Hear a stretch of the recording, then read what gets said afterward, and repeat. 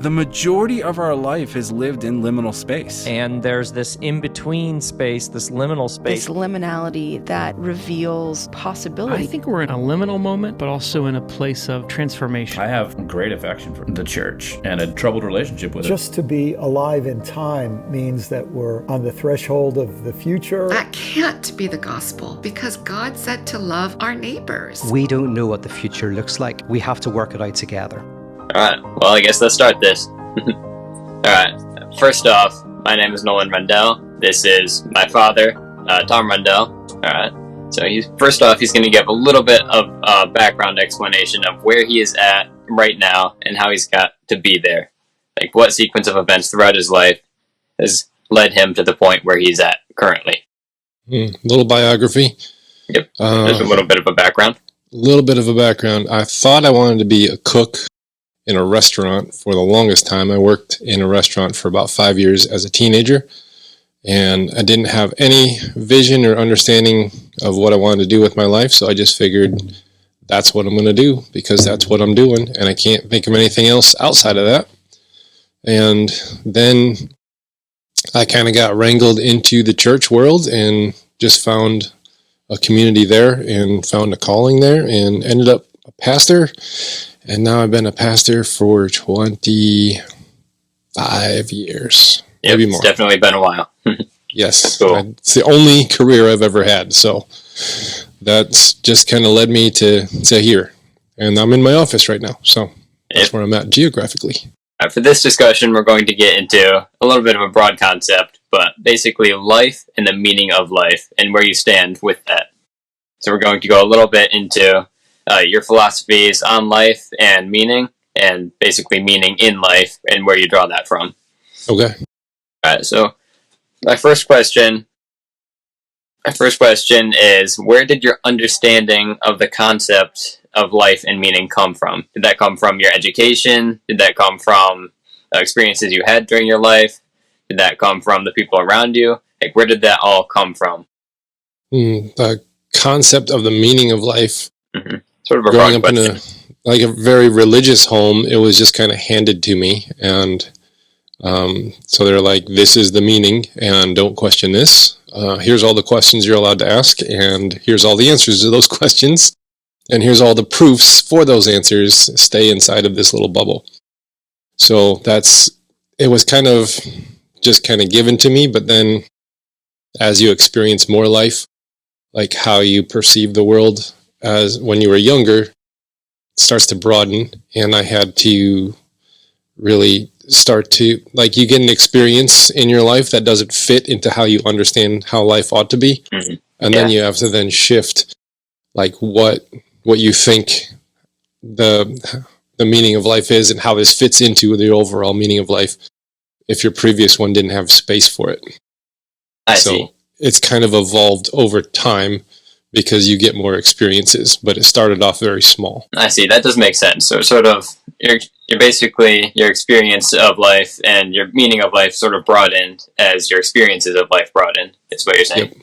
Yeah, okay. Education and experiences and different communities, traveling, all that kind of stuff just broadens your perspective. Mm-hmm.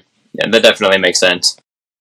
That is cool. All right, let's build upon that. Like, what is the largest thing that has contributed to your meaning of life and what you believe the meaning of life is, essentially, out of everything that you've experienced? Oh boy, the largest thing, probably having my own family. That's the biggest thing, because when you don't have a family, your world is just wrapped around you and your own self, and you can do whatever you want, go wherever you want to go.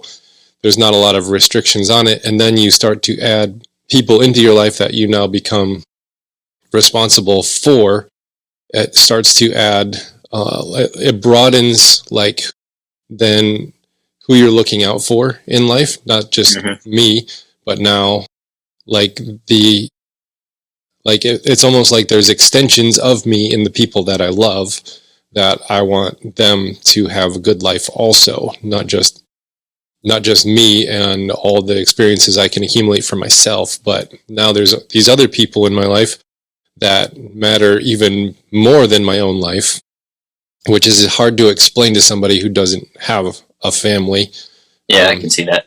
But, you know, when you're a teenager, you're just like, I need to know who I am, and you're defining yourself. So there's a very natural self-centeredness that comes with adolescence. And then you introduce into the equation getting married, having kids, and then all of a sudden your concept of self broadens out to the people that you love, and they are a part of the world that you want to see be a better place. So that would probably be the single most expansive thing that's happened to me that broadened out my whole philosophy of life and meaning. Is there's other people out here and they matter. Yes. It like finally gets you to see through someone else's eyes, like, wow, the way that they view the world and what they want to have happen is just as important as mine. And that sense of love just is very different than when it's just you and you're trying to figure things out and you're growing. Mm-hmm. So yeah, wow, that's actually really beautiful. But it's cool to see how your experiences of life have shifted and changed over time. That's really cool. Yeah, they evolve, they move, they change. Yep, it's not going to be the same throughout your entire life. Right. And so I guess that sort of answers my next question, which was, how has your experiences shifted over time? Is there anything else that has contributed to how your experiences of life and the meaning of life have shifted across your lifetime? Yeah. Like growing up in a very religious household, it was very much about having the correct ideas in your brain about how life ought to be and what is true, and like the whole metaphysic. Like they just kind of handed us a theological bullet point list of what the world is supposed to really be like, and that was then an adopted metaphysic of life. Like, okay, this is just how it is. If you peel back the layers of reality, you're going to see all these things that are described in my theology. And then you get experiences that humble you. Like you go through times of challenge, times of suffering, times that extend you, bring you to your limits. And then your lived experience doesn't match the ideas in your head about how you thought life was. And you were really confident with your ideas. Like, I got all the mental furniture arranged just properly, and then the Titanic sinks and it doesn't matter where the chair is. And it's like, okay, it's lived experience doesn't match my ideas. Do I then ignore my lived experience and just live in my head of all the ideas of what I think is true and right? Or am I going to modify my ideas to match lived experience? And I've recently got like words for that. Like that's what has happened in the evolution of my understanding of the world and meaning, is that my ideas weren't good enough. They weren't big enough to contain all that life is. And so I've had to let go of ideas and hold loosely other ideas in order to make space for actual lived reality. That's a major shift that happened in, I don't know, the course of the last 20 years or so. Wow, that actually goes really deep. That was a really, really good response. Thank you. So I'm just cannonballing into the deep end. Yep. You're getting into everything here, and I like that. Yeah. Basically, it's nice to see how basically people's experiences broaden over time. Like, a lot of times people who are in the church space are given a very specific set of beliefs that they have to adhere to, and then when their actual life experiences don't align with that, then sometimes they don't know what to do. Personally, I've seen that in some of my friends. Like, when life experiences don't match what they were given to believe, like given to believe, not what they had specifically determined for themselves, then they were sort of a little bit broken, not really sure where to go from there. And I kind of see that in your response. You weren't sure which one to choose. Do you choose life experiences, or do you choose beliefs that have been given to you? And obviously, for me, I do see a clear answer, but for people who aren't as detached from the actual religious space, they don't see a full, clear answer as to which one is more important to them. Mm-hmm. And really, that's something that you have to determine for yourself, I guess. Yeah. And it's a way that you stay, like your ideas, if you have the correct ones, it's a psychological blanket that keeps you safe. You know, it's like, I have all the correct ideas, and I behave properly and I believe properly, so now I can belong. And it's a comfort at first until, life comes through and like burns your blanket down and you're like, now what do I do? And you don't understand how to fit actual life into the ideas you have about life. And you were taught you're not allowed to question the ideas. And so then it creates this dissonance between your lived experience and your ideas of it. And yeah, but it is a way to keep you safe psychologically. It's a construct that is helpful for a season. It's just not the thing. It's not the goal. Like, it's helpful to a point, but there's a certain point where it gets to be where it detracts from your actual lived experiences. So right, you definitely have to keep a balance there. I apologize. You gave me another error code. Errors are fun. I don't have an error on my end, so. There we go. I think it's back. So if you basically had, all right, so sort of building a little bit upon that, do you believe that we sort of build our own life experiences, or do you sort of believe not necessarily that we're given them, but that there are certain things that are going to be set that we cannot alter? That's sort of a little bit of a broad question, and you can take that where you would like, but I think that meaning is created through your culture and your community, and then you're going to take that raw material and shape it into something that works for you. Because you're, like if you go across the globe to someone who grew up in a rural town in India under a totally different religion and culture than we do, their outlook on life is going to be very different than the ones who grew up in like rural or suburbia or urban Western America. And those things are hard to see outside of until you actually travel around and see other people in action. And so I think we do take like our Western civilization is going to hand us raw materials of how we're going to create a life and meaning out of that. And then the specific community of like family and friends that we grew up in, they're going to hand us values. Like, these are the things that are important to us. If you want to belong with us, then you embrace these things. And so then they're going to hand those to you, but then each individual is an individual, and they're going to do what they can with those raw materials to kind of shape it into something that pragmatically works for them. Like, how am I going to live? What values do I hold on to? You're probably going to keep the ones that hold you in good graces with the people that are important to you. Yeah. To a point, probably. And then the same with like, it's hard to not have a value of capitalism in the West, because that's how you're going to like support yourself financially for the rest of your life. So you're going to have to use that as a piece. Like, you can have a different economic value system, but you're going to have to work within the one that's given to you if you're going to want to be successful in society and be able to eat and stuff. Culture is going to hand you a lot of raw materials. Your community is going to hand you a lot of raw materials. And then it's up to you to try and craft something workable and something meaningful out of all those things for the life that you're going to live in the moment. That's kind of what I think. I think you do make it, but it's not just up to you. Like, you're going to be handed a lot of stuff. Yeah, I do sort of agree with that. Like, your experiences are definitely going to be different depending on where you grew up. And those values are inherently going to stay with you, at least some of them, throughout the rest of your life. And those values are going to be different dependent on your geographic location, the people around you, and other external factors. So I definitely see that. That was a very good logic-based response. I like it. I am logical. Yep. Yeah. All right, let me look at my notes here real quick. We're going to sort of build a little bit upon that again.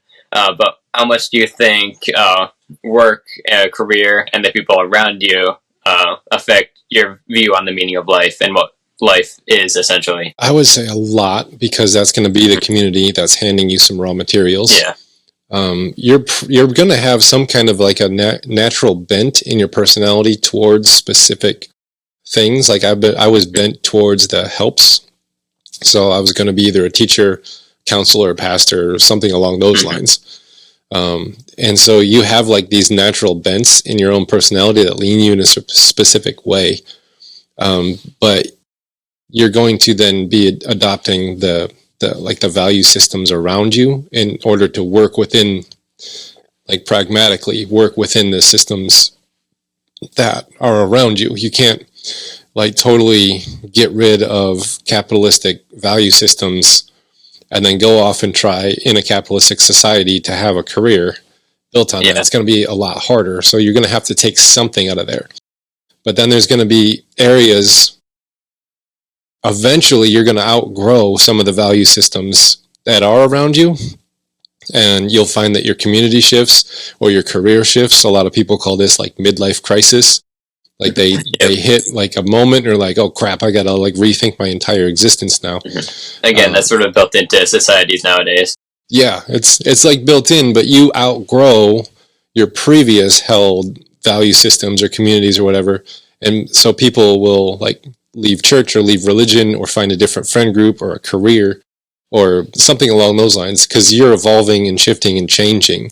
And I think as much as things are handed to us, and you have to stay within these boundaries in order to stay within the good graces of whatever community you find yourself in, sometimes you do outgrow those communities and you need to make some major shifts and changes. And so it's going to evolve and change, and you're going to keep molding it as you go, I think. But it can be really confusing to experience an outgrowing of your old value systems. And when you don't have a new one set up yet, you just know you don't belong anymore in the previous, and then you're trying to figure out what's the new thing look like, and then you're stuck in between. And that's never fun. But those are the most challenging times, when you've outgrown the old thing and you haven't grown into a new thing yet, and you're just kind of adrift, wondering what am I going to do? What do I believe? Who am I? All those big questions. You get into existential angst stuff, and you're just like, oh gosh, this is real. So. Yeah. It's definitely sort of a weird point where you're sort of outgrowing one thing, but not sort of fully into another, or have a plan of where you're going further. So I definitely see that in a lot of people. Yeah, it happens more often than we want, I think. Yeah, I definitely think so. All right, now stemming a little bit upon that again, do you believe that there is some form of external factor above all of the sort of logic-based things that we've talked about so far that affect things, sort of like ideas and concepts of God and alternate reality, sort of more philosophical concepts such as that?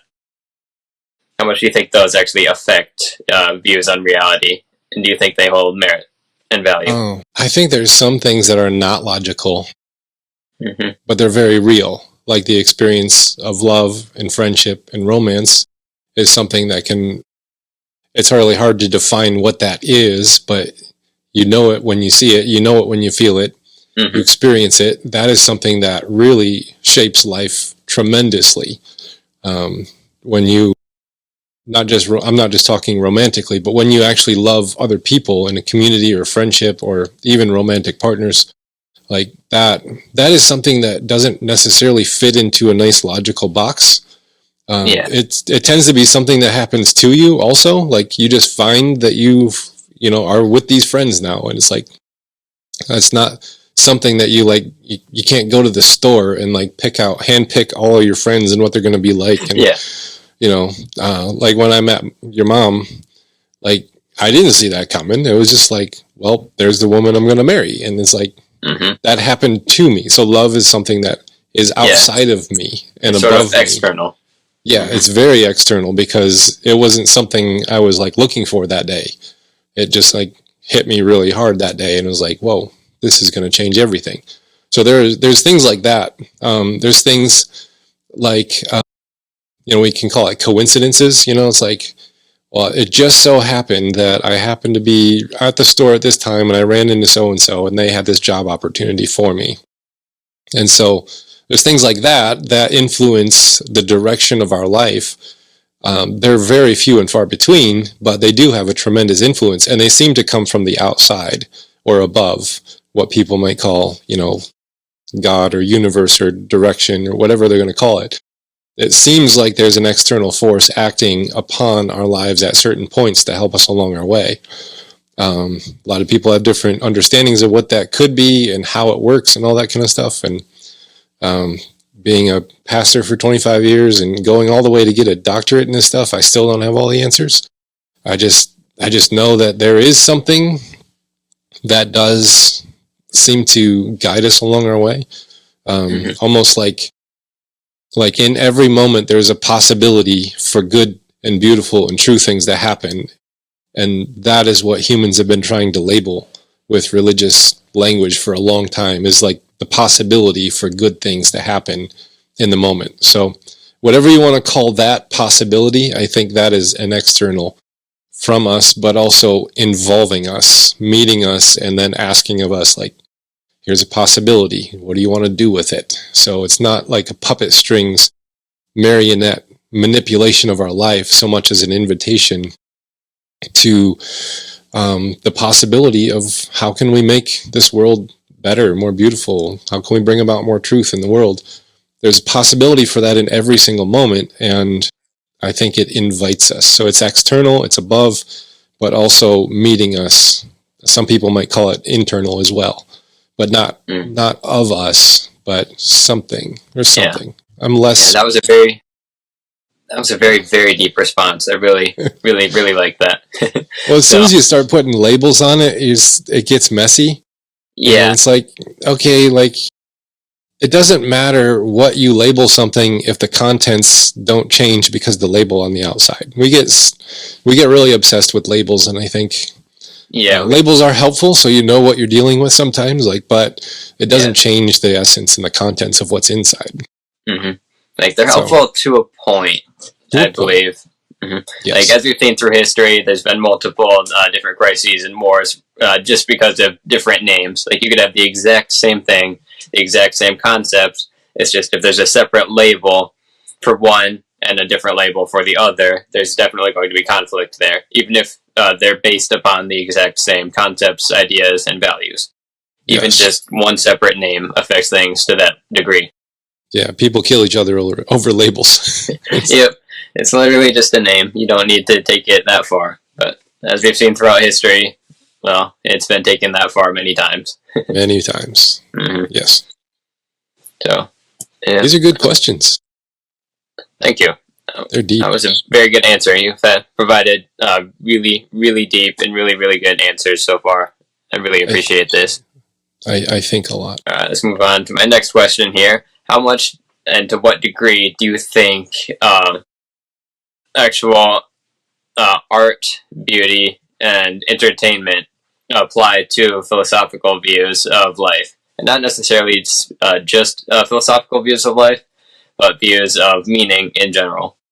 How do you think those apply? I think an encounter with beauty is an encounter with something outside of yourself that's greater than yourself. And those things help us break out of the cognitive concepts and labels that we've put on life. Like, we live life like scientists, we like to kill everything and then just dissect it and label it. And then it's like, okay, now we know how it works. And that's one way to treat a frog. But then you can run into a bullfrog in a swamp out on a hike, and that's an entirely different way to encounter a frog. Yeah.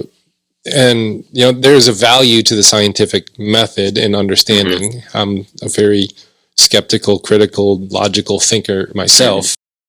Mm-hmm. But I think art and entertainment and beauty and music, like, they almost speak a language that's universal, that we don't have to argue over, if the Beatles are a good band. I think 95% of people are going to say the Beatles were a really good band. They wrote whether good you music. like their music or not, you cannot disregard the fact that they were arguably a good band.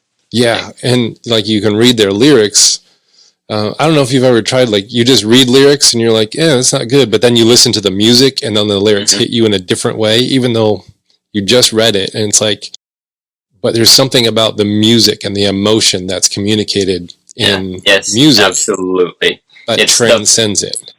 Mm-hmm. So it's sort of the personal touch. It's sort of like the personal value and the actual emotional connection that's there that sort of gives things their beauty sometimes. It's, again, something that kind of hallmarks back to one of your previous responses. It's something external, not something we can physically touch, but it's there nonetheless. Mm-hmm. Yeah.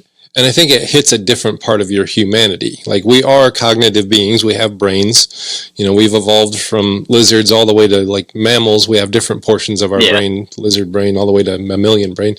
And so, like, if we really want to touch a different part of our humanity that hits the nervous system and like the body and all of that kind of stuff, then you need a different language than just the cognitive. And I think art and beauty and nature and music and all that kind of stuff, it speaks the language that our bodies know, that it's like bypasses the brain and comes in the side door, and you don't have to argue with it because you're just experiencing it.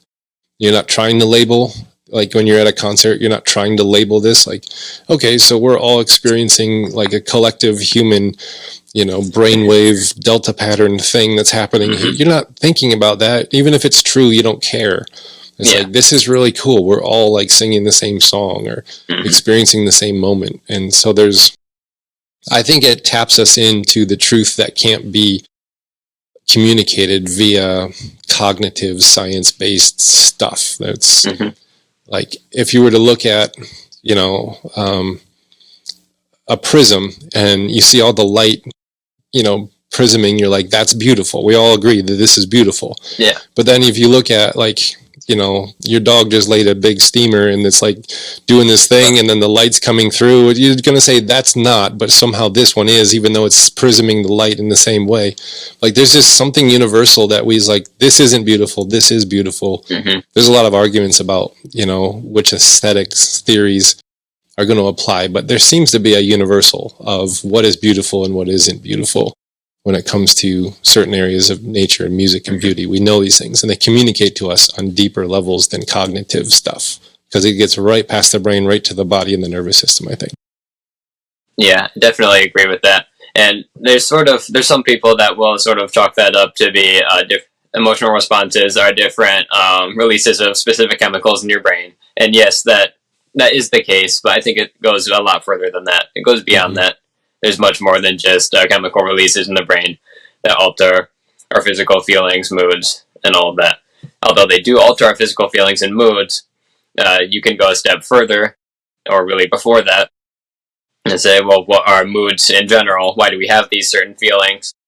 And then some people even go further than that to say that we do have specific feelings due to specific experiences that our ancestors have had. We have specific things baked inside of us. And moreover, a lot of those processes and emotions are just there to simply keep us alive, because it gives us a sense of what's dangerous, what's not, what's right, and what's wrong. But I definitely believe, as you said, there's much more to it than just the physical. It goes into stuff that we don't fully know about yet, and I don't know if humanity ever will. Yeah. And your nervous system is... like, trauma is damage to the nervous system that's stored in the body. And beauty is like the opposite of that. Like, so yes, the things are happening in the brain, but they don't stay there. They travel, they move, they affect you all around. Like, they affect us in ways that we don't fully know at this point.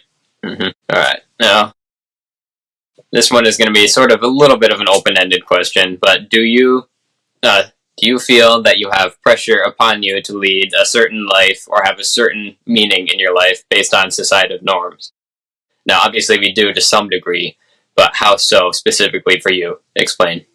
Less so now than ever, but I've been actively working to get free from that, because when you're a pastor in an American church system, there is a heavy amount of conform to this or you're out kind of mentality. And so I've journeyed a long time to find a place that doesn't do that.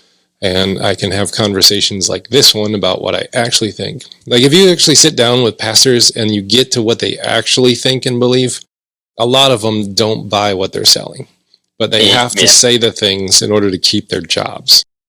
And then the communities are then wrapped around these false narratives that need to be told. And so that is something that it's a value that I grew out of a long time ago, but then I had to adjust reality of my life to fit that new thing. Yeah, and that's sort of what took the longest amount of time? Yes, because there's not many religious spaces allow that kind of thinking. Although I think they would benefit if they did tremendously. Yes, I definitely agree. So yes, I had to. There are still, you're never going to be free from social expectation, and that's fine. You just have to find a place where you can authentically be yourself and say what you need to say without being false or hiding or lying about it. And in the church spaces, that's really hard to find. It's not as hard to find outside of church spaces, although you'll have some in like education spaces or, work spaces. There are some, but it never in the degrees that I've experienced in church spaces. So I outgrew that a long time ago, and then traveled for a long time trying to figure out how do I stay in this space in a way that doesn't cause me to compromise my own soul and authenticity. And so it took a while, but I'm here now, so it's cool. Wow. Yeah, well, it's amazing that you've finally found an actual place where you can express, to some degree, your actual values, yet still provide valuable, basically, philosophical teachings. That's really good. Now, we're sort of getting to the end of our time here, so I'm going to ask one or two final questions before we end this off here. Okay. So, what is the most impactful advice that you could give to someone who is searching for meaning? Like, what is, out of anything you could give someone, what is the most beneficial, most impactful advice you could give them in their search for meaning? In search for meaning, I would say to find someone that is further along on the journey than you, that can help you find the right questions to ask. Like, don't find somebody who you think has all the right answers, because they're just gonna. It's the same thing as you already have. They're just gonna have different vocabulary. Yeah. And when humans grow and evolve and change, and then it's harder and harder, the more you suppress your authentic self, then the less you will be able to recognize it as you get older. And so you have to find somebody that will help you ask the correct questions that you should be asking. If you just find someone who's handing you different answers than the one you have, then you've just found a different version of the thing you already have. So you have to find someone who can help you find the questions you should be asking. And that's a little bit harder because we're all about the answers. Yeah, I definitely agree with that. Like, when we are searching for basically life and meaning, we tend to search for things that we already understand and things that we already know and are already in our knowledge, whether that's consciously or not. I don't really know. But we tend to gravitate towards things that are familiar. And really, in your search for life, you should be looking for the most unfamiliar concepts and the most new and groundbreaking things to yourself. And so we kind of just gravitate to the same norms, the same ideas that we already know. And like, as soon as you transcend something that you used to have to learn how to include what you used to have, because you can't reject parts of yourself, even your past. And so you can never become something entirely different. You will always just become the neo version of the thing you rejected. So you have to learn how to transcend what you currently are, but also include what you are into the next phase of your life, so that you are integrating yourself into a combined whole without alienating parts of yourself and your past and all that kind of stuff. Or you'll just become a neo version of who you are. And that is same thing, different day. Wow. Yeah, that gave me a lot of things to think about right there. Wow. That was actually really good. Thank you. Yeah.